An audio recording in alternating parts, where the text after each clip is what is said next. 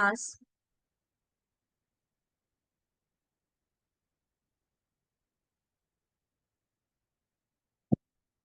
Office automation अब मैं starting से स्टार्ट कर रही हूँ, ठीक है, ध्यान से पढ़ना और डेली क्लास लेने आना।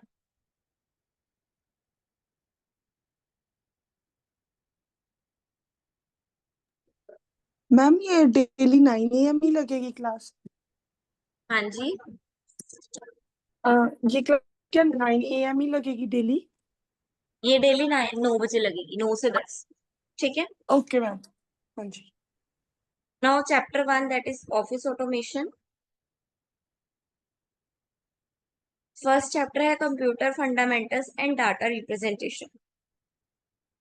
आज हम इंट्रोडक्शन ही पढ़ेंगे इसकी। क्या है द वर्ड कंप्यूटर? कंप्यूटर कहाँ से निकल के आया? कंप्यूट वर्ड से निकल के आया है, जिसका मतलब है कैलकुलेशन। ठीक है, तो मोस्टली कंप्यूटर जो यूज किया जाता था पहले टाइम में, वो किस लिए यूज होता था? सिर्फ और सिर्फ कैलकुलेशन के लिए। ठीक है। टू डेज क्या है, 80% ऑफ वर्क जो है वो किसके थ्रू किया जाता है? कंप्यूटर के थ्रू। ठीक है। आजकल 80% ऑफ फंक्शन जो है, जो वर्क है वो किससे करते हैं सब लोग? कंप्यूटर से करते हैं। ठीक है। देन करेक्टरिस्टिक्स आ गए कंप्यूटर के। क्या करेक्टरिस्टिक्स हैं? ऑटोमेशन है। ठीक है, मेमोरी इसके अंदर स्टोर की जाती है, ऑटोमेटिक डाटा जनरेट हो जाता है, स्पीड अच्छी है, एक्यूरेसी है यानी कि करेक्ट डाटा देता है। ठीक है। देन रिलायबिलिटी है। रिलायबल यानी कि ये रिलायबल है किस चीज पे? एक्यूरेसी है, डिलीजेंसी है। Like unlike citizen computer is free from monotony यानी कि डिलीजेंसी यानी कि ये बोर नहीं होता है, टायर्ड नहीं होता है, थकता नहीं है।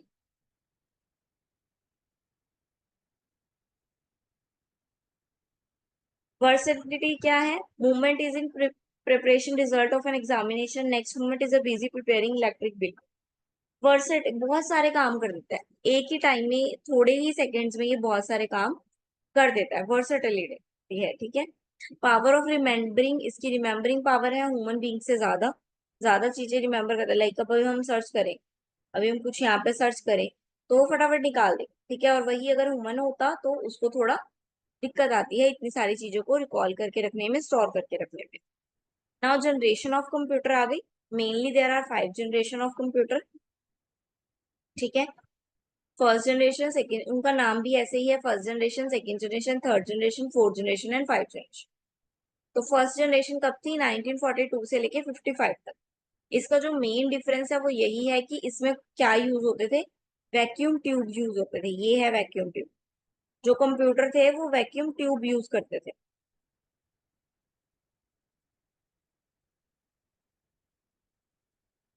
ठीक है। सेकेंड सेकेंड जनरेशन 55 से 64 है। इसमें वैक्यूम की जगह क्या यूज होने लगा? ट्रांजिटर। क्या यूज करने लगे? ट्रांजिटर्स। ठीक है। पहले वैक्यूम ट्यूब यूज होती थी फर्स्ट जनरेशन में, सेकेंड जनरेशन में क्या यूज होने लगी? ट्रांजिटर्स।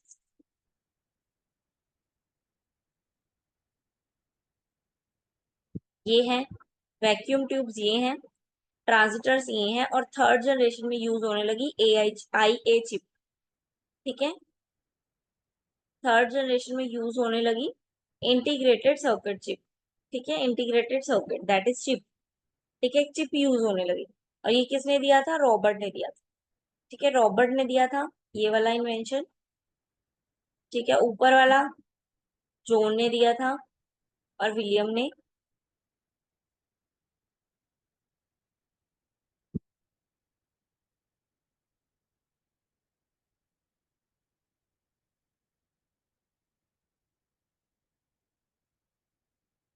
Now fourth generation. Fourth generation का डिफरेंस क्या है? फोर्थ जनरेशन में double annual electric compound packed on a chip. इसमें क्या यूज होने लगा? हाई स्केल की इंटीग्रेटेड चिप यूज होने लगी। Huge scale integration. ठीक है, क्या यूज होने लगा? Huge scale integration. ठीक है, एक इलेक्ट्रॉनिक चिप थी, इलेक्ट्रॉनिक चिप है। ठीक है, जो बहुत सारा डाटा स्टोर कर सकती है, बहुत बड़ी मेमोरी है जिसकी। Now fifth generation. Fifth generation electronic components आ गए।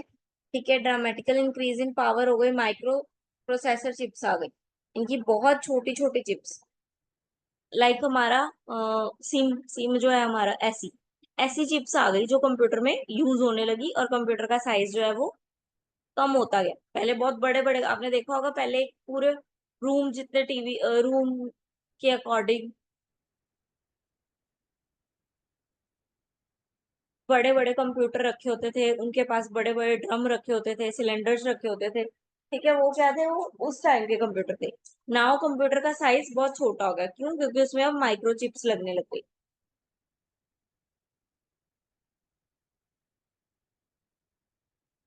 Now block diagram of computer, ये ब्लॉक डायग्राम बनाए कि कंप्यूटर वर्क कैसे करता है। कंप्यूटर को इनपुट देना पड़ता है, देन वो इनपुट को प्रोसेसिंग करता है, प्रोसेसिंग करने के बाद वो हमें आउटपुट देता है। ठीक है, इनपुट डालेंगे, प्रोसेसिंग करेगा, प्रोसेसिंग कैसे करेगा? Through the storage, control unit और ALU, यानी कि अर्थमेटिक लॉजिकल यूनिट। इन तीनों के थ्रू वो प्रोसेसिंग करेगा, देन हमें रिजल्ट देगा, आउटपुट देगा। ठीक है, इनपुट क्या हो गया? जैसे डाटा हम डाल रहे हैं कंप्यूटर के अंदर। ठीक है, कंप्यूटर में जैसे मैं डाल रही हूँ 5+4+3+2+, ये मैं डाल रही हूँ डाटा। ठीक है, देन कंप्यूटर उस पूरी इंफॉर्मेशन को प्रोसेस करेगा। ठीक है, उसको स्टोर करेगा, उसको अपनी लैंग्वेज में कन्वर्ट करेगा, बाइनरी में, जो उसको समझ में आती है। देन हमें रिटर्न में मशीनी लैंग्वेज देगा, जैसे 5+2+3 मैंने ये बोला, तो आंसर में मुझे 10 आएगा, यानी कि आउटपुट में मुझे 10 आएगा। इनपुट मैंने कुछ डाला, प्रोसेसिंग में कुछ गया, और रिटर्न में कुछ और आया। ठीक है, स्टोरेज यूनिट दो तरह से है, प्राइमरी और सेकेंडरी। ठीक है, यानी कि दो तरह की मेमोरी है, प्राइमरी मेमोरी और सेकेंडरी मेमोरी, दोनों में डाटा स्टोर किया जाता है। मेमोरी के अलग अलग साइज हैं, बिट्स होते हैं, बाइट्स होते हैं, किलो बाइट, मेगा बाइट। ठीक है, अलग अलग साइज है। देन आउटपुट, यानी कि जो भी कंप्यूटर हमें रिटर्न में दे रहा है, ठीक है, जो भी इंफॉर्मेशन हमें प्रोवाइड कर रहा है। Then arithmetical logical unit, arithmetical logical unit क्या है? एक तरह से हमें कैलकुलेशन देना, ठीक है, कैलकुलेट करके देना, वैल्यूज को कैलकुलेट करके देना। अर्थमेटिक यूनिट्स, जो भी अर्थमेटिक इक्वेशन है उसको सॉल्व करना, वो अर्थमेटिक लॉजिकल यूनिट का काम। ठीक है, आप बड़े से बड़ा सम दे दो, आप बड़े से बड़ा क्वेश्चन दे दो, ये आपको सेकेंड्स में सॉल्व करके दे दो। Then control unit, control unit का क्या काम है? सारा स्टेटस कंट्रोल रखना, पूरे कंप्यूटर का जो भी स्टेटस है, पूरे कंप्यूटर में जो भी फ्लो हो रहा है डाटा का, इंस्ट्रक्शन का, उन सब पे कंट्रोल रखना। ठीक है, then central processing unit, central processing unit क्या है? एक तरह का ब्रेन है कंप्यूटर का।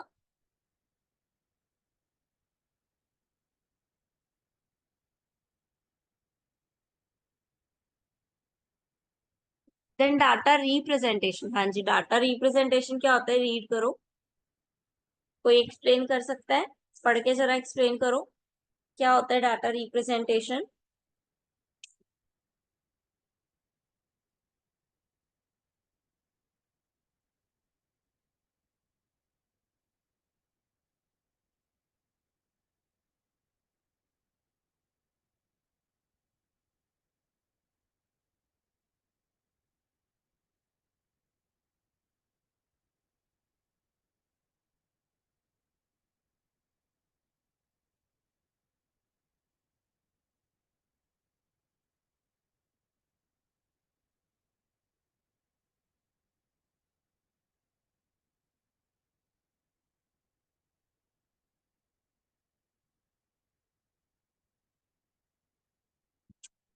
हाँ जी, डाटा रिप्रेजेंटेशन क्या है?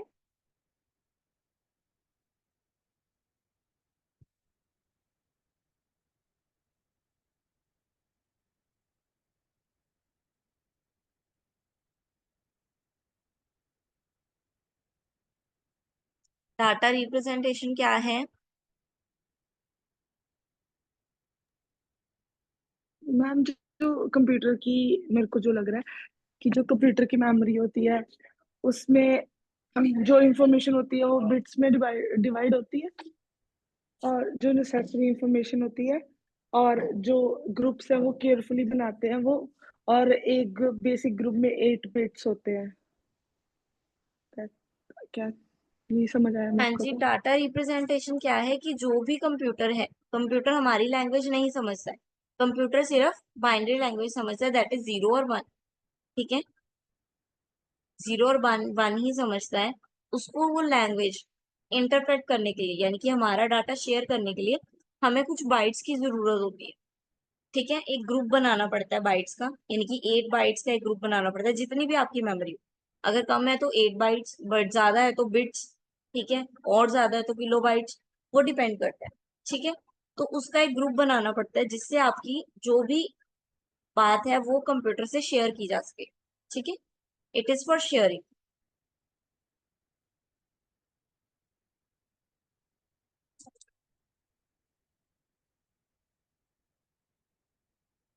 ठीक है, 2 bytes, 4 bytes, 8 bytes.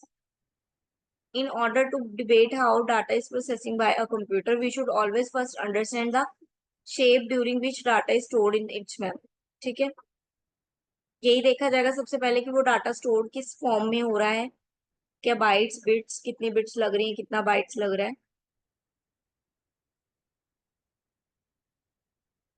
Then number system क्या है?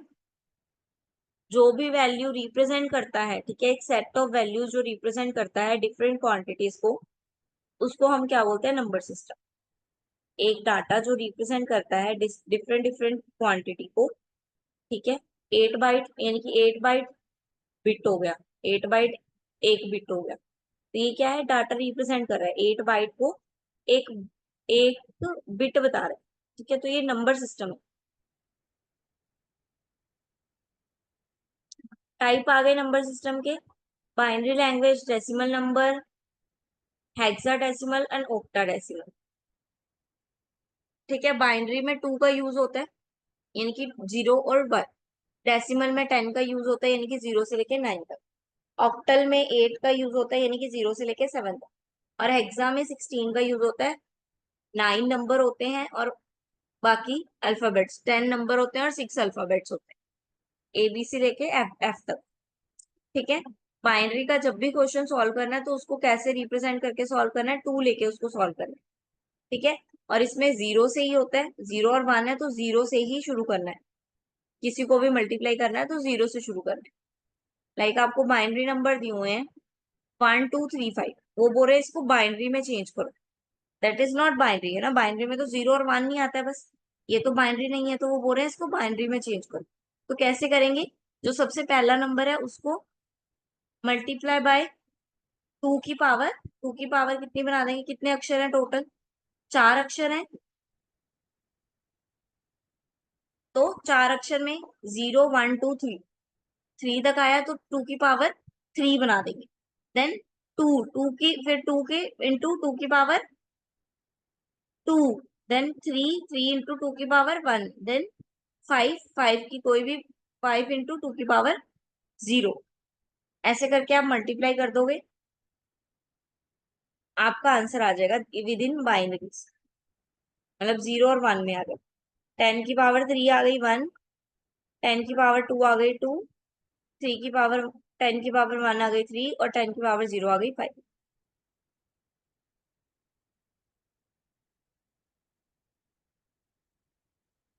तो ये कैसे लिखेंगे? इसको ऐसे लिखेंगे, यहाँ से उठा के इसको सॉल्व कर किया हमने तो ये ऐसे लिखा जाए। और अगर बाइनरी को डेसिमल में कन्वर्ट करना हो तो बाइनरी है ना, बाइनरी मीन्स 2, तो 2 से मल्टीप्लाई होगा, जितनी रकमें होंगी उसके हिसाब से। जितनी रकमें हैं उसमें से एक माइनस कर दोगे, क्योंकि एक रकम क्या है? 0 की।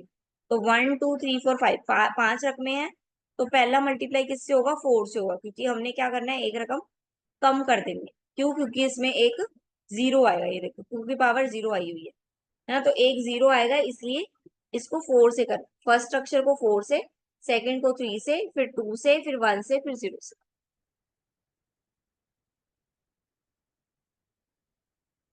ठीक है, जब बाइनरी हो तो 2 लेके चलना है, डेसिमल हो तो 10 लेके चलो। ठीक है, डेसिमल हो तो 10 लेके चलो। ठीक है, डेसिमल तो 10। लाइक ये देखो 92 की पावर 10 दी हुई है, 92 दो वर्ड्स है, यानी कि ए की पावर आएगी, तो 9 इंटू 10 की पावर 1 प्लस 2 इंटू 10 की पावर 0। 200 है, तीन वर्ड है तो दो लेके चलना है, तो 2 इंटू 10 की पावर 2, फिर 0 इंटू 10 की पावर 1, 0 इंटू 10 की पावर 0। देन इसको सॉल्व करोगे, आपका आंसर आ जाएगा। रकम जितनी मर्जी बड़ी हो, आपने उसी को लेके चलना है जो बोला है, ठीक है। 1 2 3, 3 वर्ड्स है ना, ये पॉइंट के बाद है, इसको नहीं कैलकुलेट करेंगे, सिर्फ पॉइंट के पहले। पॉइंट के पहले तीन अक्षर है, मतलब कि दो लेके चलना है। तीन अक्षर है तो दो लेके चलना है, एक कम लेके चलते हैं ना जीरो की वजह से। तो 2 इंटू 10 की पावर 2, फिर 1 इंटू 10 की पावर 1, फिर 2, 2 इंटू 10 की पावर 0। फिर पॉइंट के बाद वाले अक्षर है तो पॉइंट के बाद वाले अक्षर में माइनस लगेगा और सीधी काउंटिंग जाएगी। पहले वाले अक्षर में पुट्ठी काउंटिंग जा रही है ना, 2 1 0, उसमें सीधी जाएगी, 1 2 3 जाएगी। पॉइंट के बाद वालों में सीधी काउंटिंग जाएगी। देन ऑक्टल आ गया, ऑक्टल यानी कि 8। 8 मार्क्स हो गए इसके, तो यानी कि 8 से रिप्रेजेंट करना है, बेस 8 लेके चलना है। यानी कि यहाँ पे हम मल्टीप्लाई बाय 10 कर रहे थे ना, तो अब ऑक्टेव में मल्टीप्लाई बाय 8 करेंगे। अब देखो यहाँ पे रकम आ गई 1 2 4, 1 2 4 आ गई। तीन रकमें हैं तो 8 कितना होगा, 2 लेके चलना है, तीन रकमों में दो 8, तो 1 इंटू 8 की पावर 2, 2 इंटू 8 की पावर 1, 4 इंटू 8 की पावर 0। समझ में आ रहा है?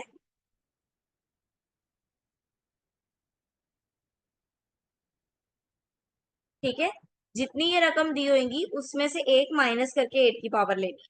1 2 3 4 5, पांच रकमें दी हुई हैं तो 8 की पावर 4 से स्टार्ट हुई। ठीक है, 8 की पावर 4, फिर 8 की पावर 3, फिर 8 की पावर 2, फिर 8 की पावर 1, फिर 8 की पावर 0। देन हेक्साडेसिमल आ गया, हेक्साडेसिमल में 16 लेके चल रहा है, हेक्साडेसिमल में 16 लेके चल रहा है, जिसमें 10 लाइन 10 वर्ड 10 नंबर्स होंगे और फिर 6 लेटर्स होंगे। सेम उसी तरह ही है। अब आपने 8 और 10 और 2 की जगह क्या लेना है, 16 लेना है। ठीक है, सेम वैसे ही करना है, पर मल्टीप्लाई बाय 16 कर देना।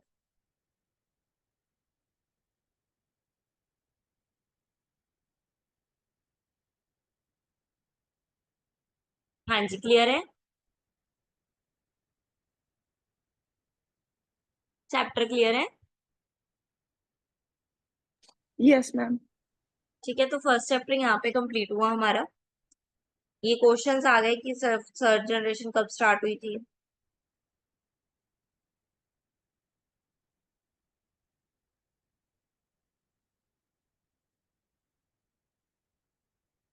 इसको अब शो करना है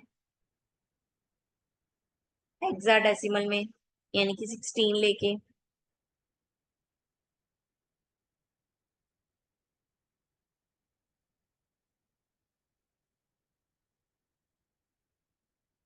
ये कुछ नंबर्स जो हैं आपने इसको सॉल्व करके देखना है, आपने इसको सॉल्व करना है। ठीक है, डेसिमल में भी दिए हुए हैं, हर तरह से दिए हुए हैं, डेसिमल में दिए हुए हैं और बाइनरी में दिए हुए हैं, ये दोनों आपको सॉल्व करने हैं। हो जाएगा। देन नेक्स्ट चैप्टर है मेमोरी, वो हम कल कंटिन्यू करेंगे। ठीक है, बी ऑन टाइम, टाइम पे आ जाया करो ताकि जल्दी फ्री हो सको।